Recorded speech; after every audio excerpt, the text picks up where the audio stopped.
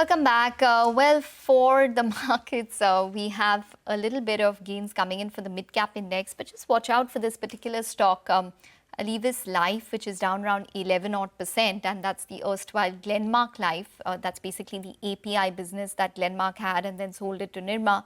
So that stock is down around 11 odd percent, reacting to its numbers, not that much in term, or rather 3.5 odd percent reacting to its numbers.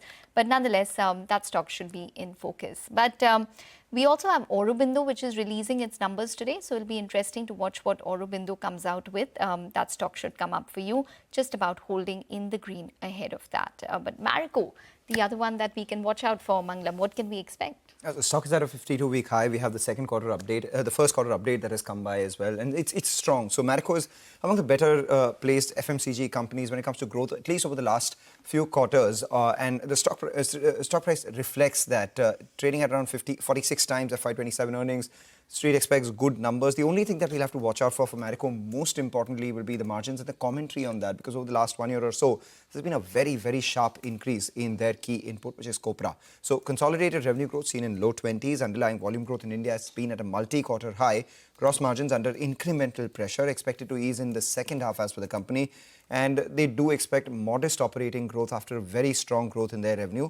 Value-added hair oil, that has grown in double digits, so that's a positive. And international business also delivered high teens constant currency growth. Put all these things together, that was from the update. The analysts expect a 22% growth in the company's top line. 30 to 70 crores on a consolidated basis is what the street is working with this time. But on a 22% growth in the revenue, the EBITDA grows just 6%, which implies that 664 crores is what the street is working with versus 626 crores. And a margin compression of nearly 300 basis points from 23.5% goes down to 20.3%. And despite a 22% revenue growth, because the EBITDA grows at just 6%, the net profit too grows at 4.5%. Shy of 500 crores is what the street is working with. Volumes growing between 8 to 9%, as the company said. Multi-quarter high would definitely be the highest in the FMCG industry, as we've been seeing with Marico.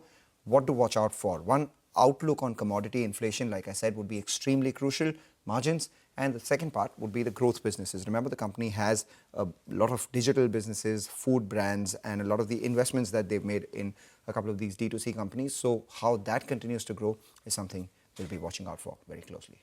Okay, all right. Mangalam, thanks very much for that. So that's on Marico, just about holding with a little bit of a positive bias, but at a fresh 52-week high. Just watch out for the broader markets, because that seems to be where the action is this afternoon, up around 1 odd percent currently for the mid-cap index. It's a wrap on halftime report. Stay tuned. This is Lunch. We'll take all the action forward. Thanks for watching.